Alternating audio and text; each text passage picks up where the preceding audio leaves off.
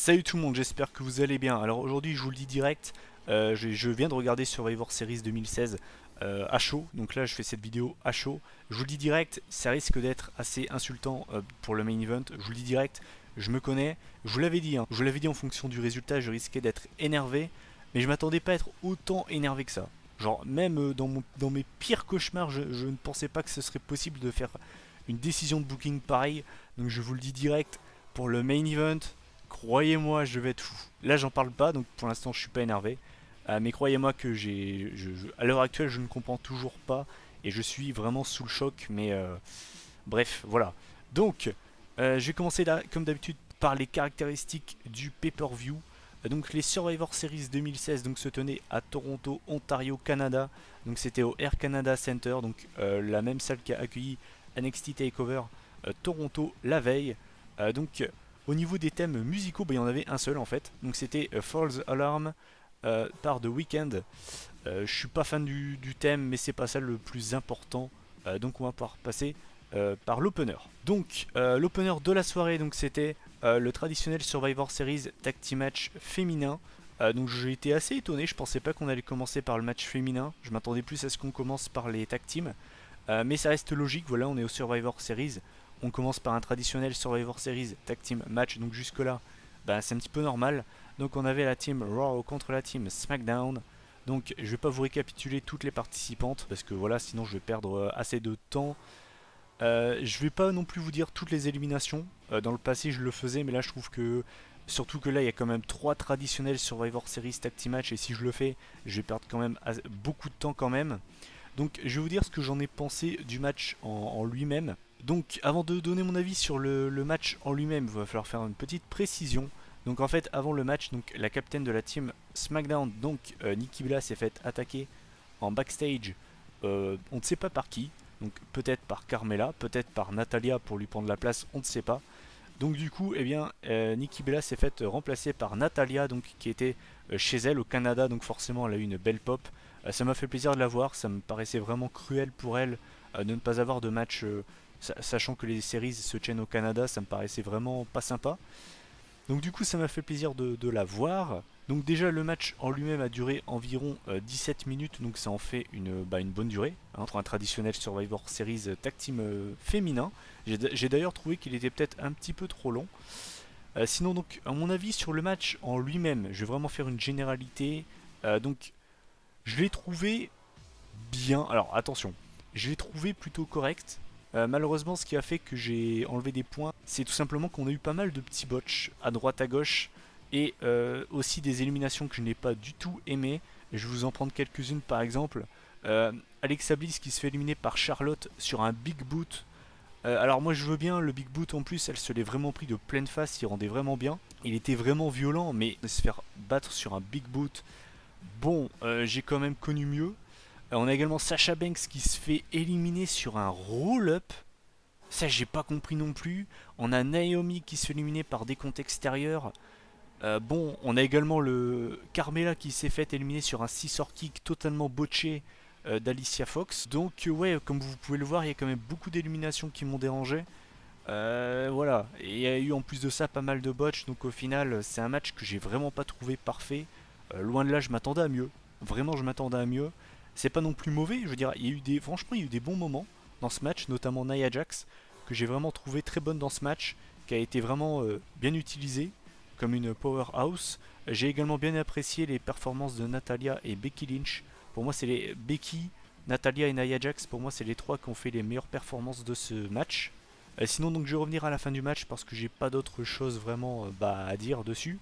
Donc, en fait, à la fin du match, on avait Bayley et Charlotte qui était encore en lice du côté d'Euro contre Becky qui était toute seule et qui en fait s'est faite éliminer par un Bayley to Bayley, donc de Bayley pour la victoire donc de la team Raw. Donc ça me surprend pas, c'était ce que j'avais pronostiqué. Et donc en fait juste après le match, on a Charlotte qui a défoncé Bayley. Donc c'est forcément le teasing d'un début de rivalité entre les deux femmes. Personnellement, bon, vous connaissez mon avis, je suis pas fan de Bayley, donc c'est pas une rivalité qui va m'emballer. Sinon, le match en lui-même, qu'est-ce que j'en ai pensé? Bah, c'était un match, comme je vous l'ai dit, que j'ai trouvé correct. Il y a eu des bons moments, et malheureusement, il y a eu pas mal de botches pendant ce match, et surtout beaucoup d'éliminations. qui m'ont dérangé. J'ai quand même mis 6 sur 10 parce que je le fais à chaud. Je pense que si je regardais ce pay-per-view à tête reposée, je pense que j'aurais pas mis cette note là, j'aurais mis moins. Mais bon bref, voilà, donc j'ai mis 6 sur 10 pour commencer la soirée. Ensuite, le deuxième match de la soirée, c'est un match que j'attendais beaucoup, donc c'était pour le titre intercontinental. Donc on avait le Miz face à Sami Zayn. Donc un match qui a duré environ 14 minutes, donc j'ai pas à me plaindre non plus de ce niveau-là. Donc au niveau de la construction, ça a été assez basique. C'est le Miz en fait qui a dominé le face. Donc le heel qui domine le face, on a l'habitude de voir ça assez souvent. Donc en fait, on a le Miz qui s'est concentré pendant tout le match sur la jambe gauche de Sami Zayn. Donc ensuite on le voyait qui tentait par exemple le figure 4 leg lock. On a notamment vu Sami qui a réussi à retourner la prise. Et finalement je vais revenir à la fin du match parce que j'ai pas d'autre chose à vous dire là-dessus. J'ai vraiment pas grand chose à dire sur ce match en fait. Donc en fait à la fin du match on avait Sami Zayn qui portait le figure 4 leg lock sur le Miz. Et donc en fait on avait le Miz qui était à deux doigts d'abandonner. Et finalement eh bien, on a Maryse qui en fait a sonné la cloche. Donc du coup on voit Sami Zayn qui pense qu'il a gagné, sachant que le Miz n'avait pas tapé, hein. Donc c'est vrai que c'est pas très logique quand même. Donc on voit Sami qui du coup arrête la prise, il célèbre sa victoire. On a l'arbitre qui lui dit non non t'as pas gagné, le match continue. Et donc derrière on a le Miz qui le surprend avec un roll-up pour donc la victoire du Miz, une vraie victoire d'opportuniste. En plus de ça aidé par sa femme. Donc c'est vrai que j'ai pas trop aimé la fin. Je trouve que au niveau de l'utilisation, ils ont déjà fait mieux avec Maryse. Là, j'ai pas trouvé que c'était super bien fait. Enfin, je suis vraiment pas trop fan de cette fin. Sinon, le match en lui-même était cool. Je m'attendais à mieux. Je m'attendais même à mieux, vraiment mieux. Ça reste quand même bon. C'est un bon petit match. Maintenant, je m'attendais quand même à mieux. Donc, je vais pas rester 3 heures sur ce match. Donc, j'ai mis la note de 7 sur 10. Ensuite, on va passer au troisième match de la soirée. Donc, c'était le deuxième traditionnel Survivor Series Tag Team Match de la soirée. Donc c'était du côté donc des teams. Donc on avait la Team Raw et la Team SmackDown. Donc pour moi c'est le deuxième meilleur match de la soirée. Personnellement je l'ai vraiment apprécié.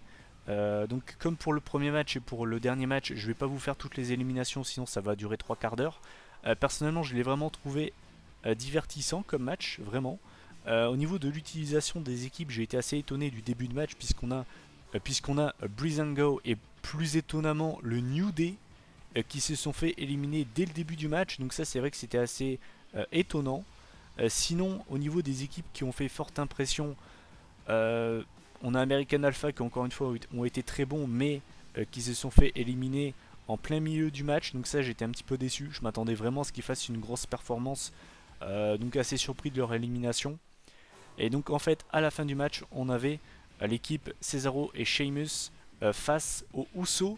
Et donc du coup ça a donné une belle finale. Et puis surtout quelle performance de Cesaro. Il m'a encore une fois régalé. C'est vraiment un catcheur que j'apprécie énormément. Et pour moi il mérite largement mieux que ce qu'il a actuellement. Sinon donc pour revenir à la fin, et bien en fait on a Cesaro qui a fait abandonner l'un des deux Usos. Donc forcément c'est soit Jay ou Jimmy, je me rappelle plus. Et en fait, pendant que l'autre Uso allait casser la prise, on a Sheamus qui lui porte un brogue kick, du coup donc qui l'empêche d'intervenir. Et du coup on a l'autre Uso qui abandonne. Je crois que Cesaro portait le sharpshooter, je suis même pas sûr de ce que je dis, mais c'est pas grave. Donc voilà, victoire donc de l'équipe Raw. Donc ça c'est vrai que ça m'a surpris, je m'attendais vraiment à ce que ce soit SmackDown qui s'impose. Mais donc voilà, victoire de Raw. J'ai surtout noté une très belle performance de Cesaro. Et d'ailleurs, note à part, Cesaro et Sheamus auront un title shot donc contre le New Day lors du Raw de demain. Donc bah du coup, j'espère qu'ils gagneront les titres parce que pour moi, voilà, le New Day, je pense, on en a fait le tour. Place aux autres équipes et vraiment Cesaro et Sheamus, c'est une équipe que j'apprécie. Donc les voir champions, ça me ferait plaisir. Sinon donc le match a duré un peu moins de 20 minutes et au niveau de la note, j'ai mis 8 sur 10 parce que honnêtement, c'était vraiment un match divertissant avec beaucoup de spots. C'est vrai que la première partie du match était un petit peu plus lente et la deuxième partie du match où toutes les équipes se sont rentrées dedans, c'était forcément très divertissant. De toute façon, fallait s'y attendre. Donc du coup, au niveau de la note, j'ai mis 8 sur 10.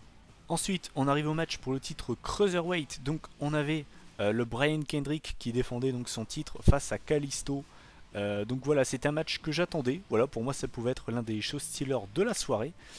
Donc en fait c'est un match qui a duré 12 minutes, donc c'est pas hyper long, mais on va dire qu'il y a rien de choquant, voilà quoi, ça passe. Donc mon avis sur le match, pas vraiment de surprise, donc on avait Kalisto forcément qui faisait des pirouettes cacahuètes, hein, c'est un luchador, et on avait le Brian Kendrick qui, comme d'habitude, se servait de techniques de roublard, voilà, il a fait parler son expérience, comme d'habitude en se servant du ring, des escaliers, enfin des cordes, vraiment un roublard, et vraiment c'est cette technique, on va dire, à l'ancienne, un peu comme les Revival, c'est un petit peu pareil.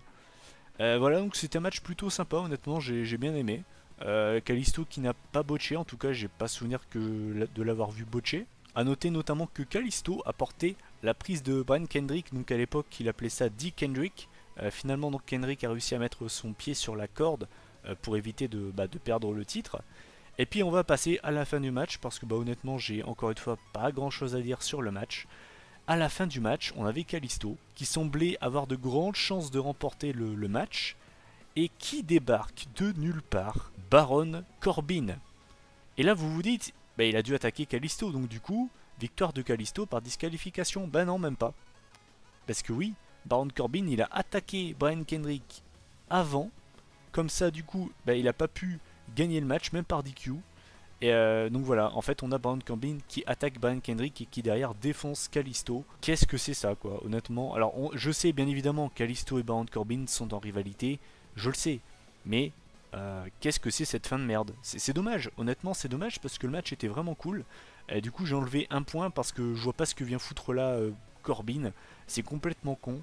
Et j'espère que du coup Brian lors du prochain SmackDown lui fera payer.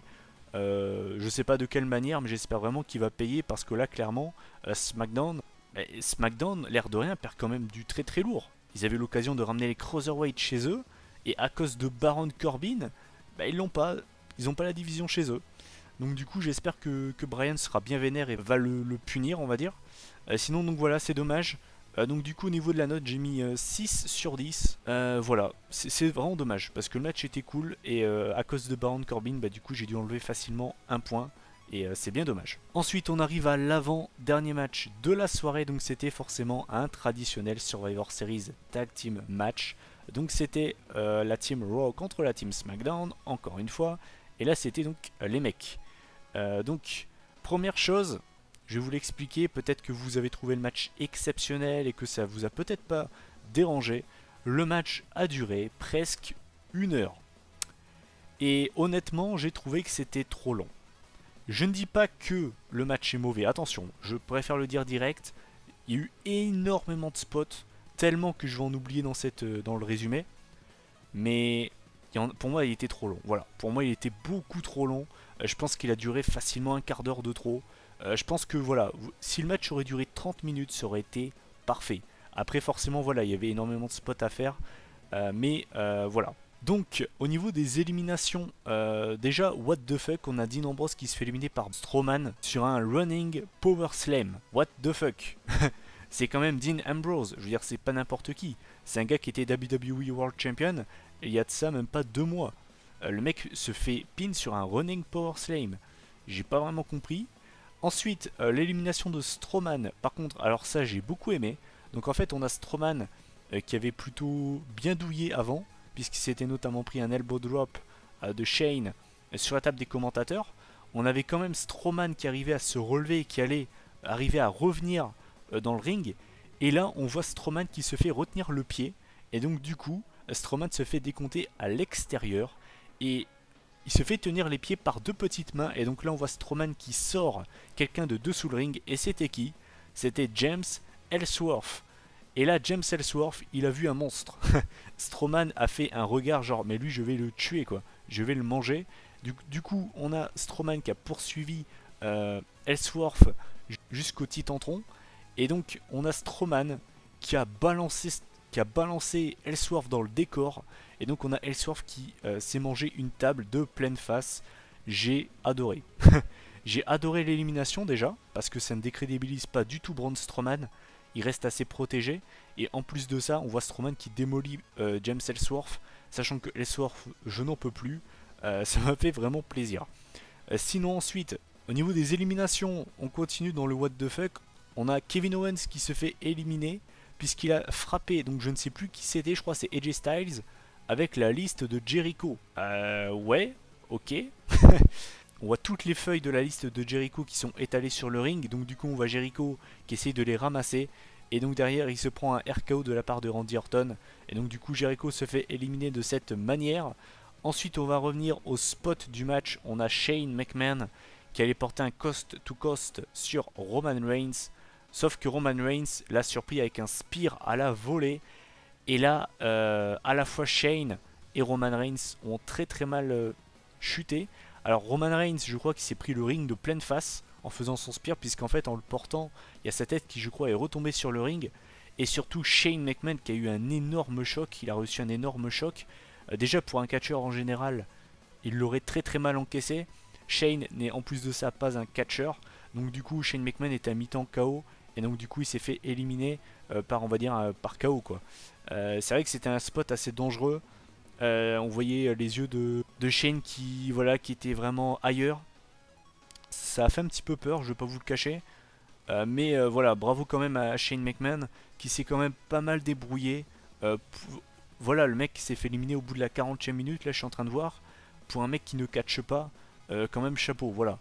Même si c'est pas parfait in-ring, faut quand même lui tirer son chapeau, il a quand même fait une belle performance. Sinon ensuite on a AJ Styles qui s'est fait éliminer par une triple powerbomb du Shield, donc Seth Rollins, Roman Reigns et Dean Ambrose, puisque Dean Ambrose en fait est revenu pendant le match pour attaquer AJ Styles, et en fait on avait la sécurité qui avait séparé Ambrose de Styles, et en fait on a Rollins et Reigns qui ont démonté la sécurité pour ensuite se reformer l'espace d'une minute pour pouvoir porter la triple powerbomb sur AJ Styles, comme au bon vieux moment du Shield.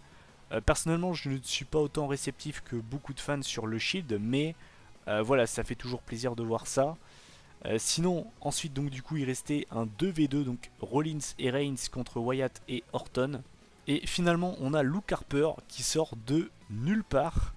Et donc, finalement, je vais vous l'expédier un petit peu la fin. En fait, on a Rollins qui s'est fait éliminer par Orton avec un RKO, suite à un RKO out of nowhere, puisqu'en fait, on avait Rollins qui allait porter un frog splash sur Wyatt, et donc en fait il lui a porté donc le RKO out of nowhere, et là il était vraiment out of nowhere puisque je ne l'avais pas vu venir. Pareil, il a également fait un RKO sur Strowman sur la table des commentateurs plus tôt dans le match, et là j'avoue c'était deux RKO out of nowhere, parce que maintenant dès que le mec porte un RKO, attention, le RKO vient de nulle part, et c'est vrai que ça rend le truc totalement ridicule.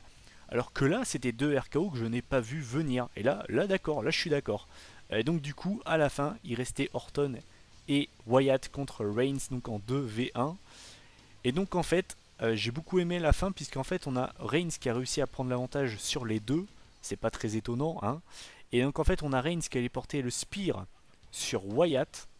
Et en fait, on a Orton qui a poussé Wyatt pour se prendre le spear.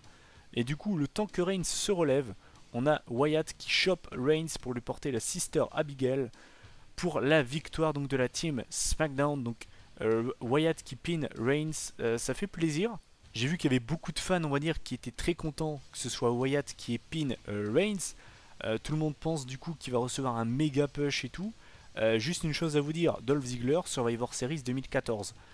J'espère que Wyatt a un énorme push. Ça fait très longtemps que je l'attends. Je suis le premier à l'attendre. Mais voilà, je vous le dis, calmez-vous. Voilà, calmez-vous, attendons de voir ce qui va se passer. N'espérez pas trop, sinon vous risquez d'être grave déçus. Maintenant voilà, s'il reçoit un push, c'est superbe. Et je suis le premier content s'il en a un. Mais voilà, pour l'instant j'attends de voir ce qu'ils vont en faire. Sinon le match en lui-même, qu'est-ce que j'en ai pensé? Il y a eu énormément de spots impressionnants, de feel good moments, de très bons moments. Voilà, il y a eu de très bons moments pendant ce match. Maintenant, pour moi, le gros défaut, c'est qu'il a été trop long. Voilà. Pour moi, trop, c'est trop.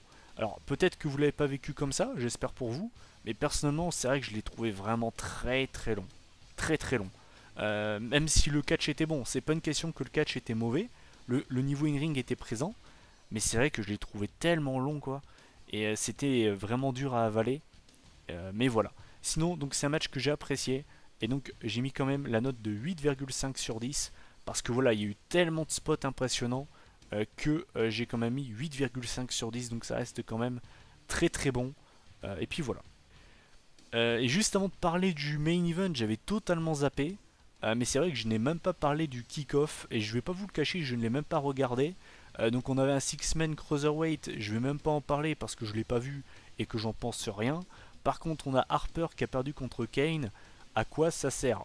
Honnêtement, je comprends pas. C'est-à-dire que, honnêtement, des deux, celui qu'on a le plus besoin, ça reste Harper. Harper, c'est le mec qui sera là pour le futur. Kane, il est à quoi? À 3 ans de la retraite, gros maximum. Ouais, j'ai pas compris. Encore une fois, c'est un choix très bizarre de la part de la WWE. Et on a quand même Kane qui a battu Bray Wyatt et Luke Harper dans des pay-per-view. Donc kick-off et pay-per-view compris. What the fuck? Encore une fois, c'est un booking made in WWE. Je ne comprends pas. Mais c'est certainement pas ça qui m'a le plus énervé. Et on va en venir. Donc, le main event de ce pay-per-view. Donc c'était Goldberg contre Brock Lesnar. Match qui était très peu attendu. En tout cas, voilà, il y avait quand même des fans qui attendaient ce match. Mais en général, les fans n'attendaient pas ce match. Moi, je faisais partie de ceux qui ne l'attendaient pas. Je vous l'avais expliqué dans la vidéo pronostic. Pour moi, le match qui aurait dû être le main event était le dernier traditionnel Survivor Series Tag Team Match. Puisque on est au Survivor Series, quoi de plus logique que de terminer sur un traditionnel Survivor Series Tag Team Match. Surtout qu'en plus de ça, dans les membres des équipes, on avait quand même les deux champions poids lourds des deux brands, Raw et SmackDown, donc à savoir AJ Styles et Kevin Owens.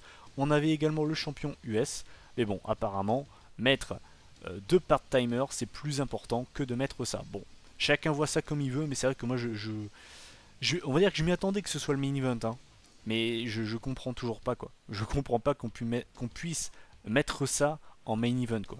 Mettez vos talents qui sont là chaque semaine en main event, mettez-les en avant.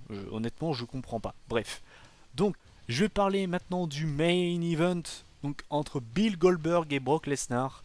Match que je n'attendais pas du tout, puisque voilà, moi, in-ring, je ne suis fan d'aucun des deux. Et puis voilà, je veux dire, je vais pas revenir sur ce que j'ai dit dans la vidéo pronostic. Voilà, je pensais qu'il allait être mauvais. Et je m'attendais à ce que ce soit nul, que je sois énervé ou tout ce que vous voulez. Surtout si Goldberg gagnait, alors là je vous l'avais dit, hein, j'allais être foudrage. Mais là ça a dépassé toutes mes attentes.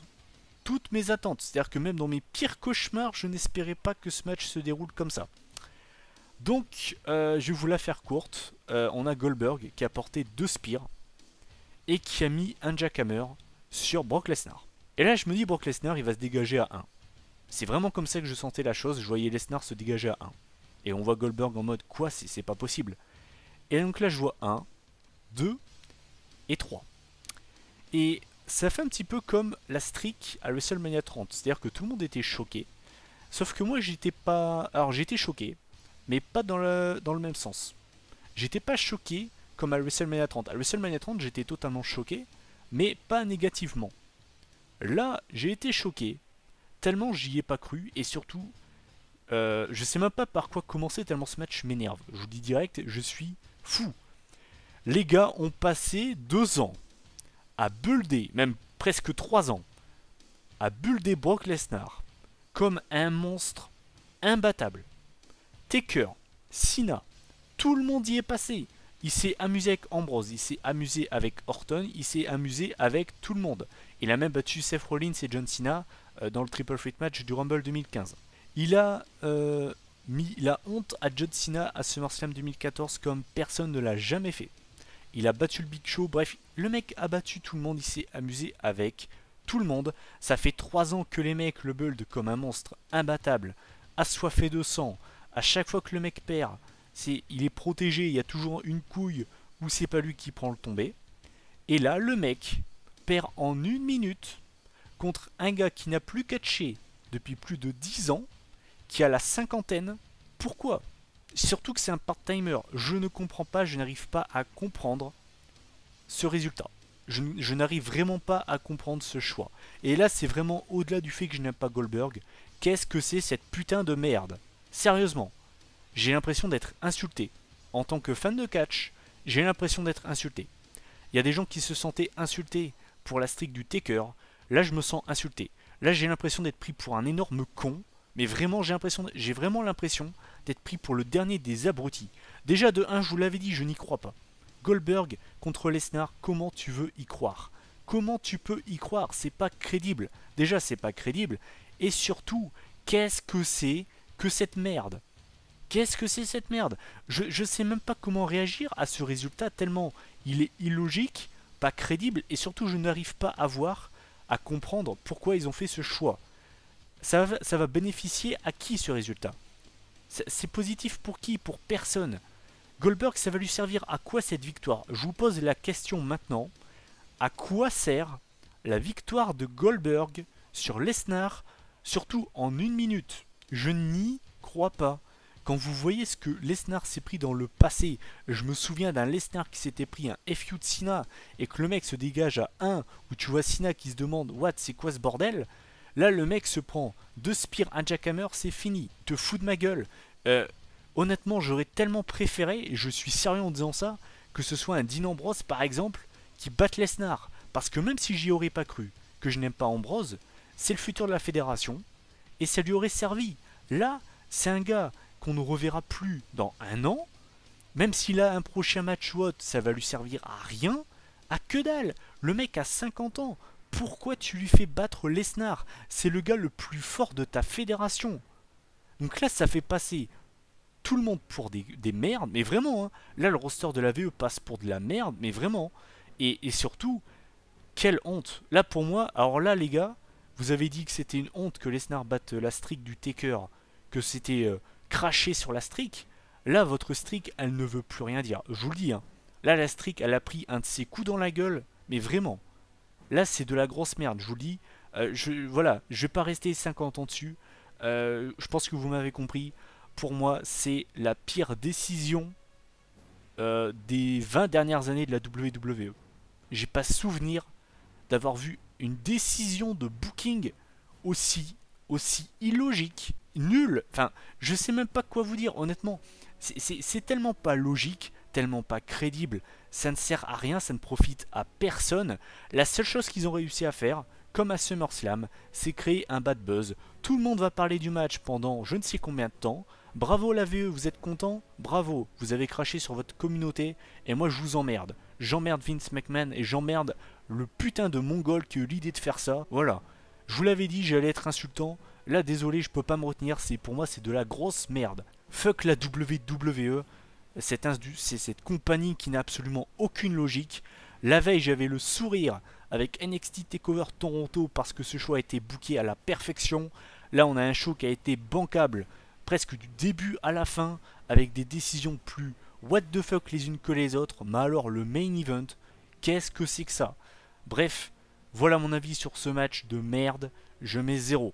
D'habitude, je mets 1 sur 10, on va dire pour le point de la gentillesse. Là, clairement, vous pouvez vous le foutre là où je pense. Je mets 0 à ce match. C'est de la merde. Voilà, donc en additionnant la totalité des matchs, des notes, hein, on arrive à 5,9 sur 10. Sans le main event, ça aurait été bien plus que ça. Honnêtement, pour moi, les deux meilleurs matchs de la soirée, donc c'est le traditionnel Survivor Series Tag Team Match masculin et par équipe. Pour moi, c'était les deux meilleurs matchs de la soirée. Le match entre le Miz et Sami Zayn n'est pas mauvais, c'est juste la fin dont je suis moyennement fan. Mais il m'a quand même déçu, je m'attendais à mieux. Le match entre Kendrick et Kalisto était plutôt sympa. Malheureusement, Baron Corbin vient gâcher le tout. Et puis le match des femmes, déçu également, déçu au niveau des botches, au niveau de certaines éliminations. Donc je dirais pas que c'est un mauvais pay-per-view, ce serait sévère de bâcher le pay-per-view juste pour le main event. Mais c'est un show qui m'a déçu. Je m'attendais vraiment à mieux, j'ai été quand même vraiment bien déçu. Ouais, j'ai été déçu. Et surtout, cette victoire de Goldberg sur Lesnar. Là, je peux vous dire que je fais la vidéo à chaud. Mais ce sera dans une semaine, je penserai toujours la même chose. Pour moi, c'est la pire décision de booking, peut-être même ever. Je comprends vraiment pas. Genre vraiment. Là, en étant calme, je peux vous dire. Enfin, en essayant de rester calme, je n'arrive pas à comprendre cette décision vraiment. Mais vraiment, ouais. J'en ai vu des décisions qui étaient incompréhensibles dans le catch, mais alors celle-là, c'est vraiment n'importe quoi. C'est du n'importe quoi. Et même si c'est pour builder par exemple un rematch entre les deux, parce que soi-disant Lesnar aurait pris à la légère Goldberg, ça reste de la putain de merde en boîte.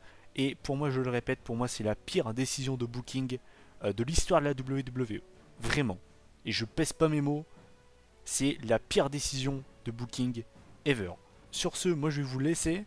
Je vous laisse donner votre avis en commentaire sur cette vidéo, ce que vous en pensez. Ce que vous pensez de cette merde, de cette fin de pay-per-view, ce que vous en pensez vraiment, si vous trouvez ça normal, si vous aussi vous comprenez pas, je pense que personne comprend vraiment, pour moi c'est de la merde. Bref, nous on se retrouve normalement, je dis bien normalement, en fin de semaine pour la vidéo FAQ, où je réponds à vos questions. D'ici là, prenez soin de vous, salut tout le monde.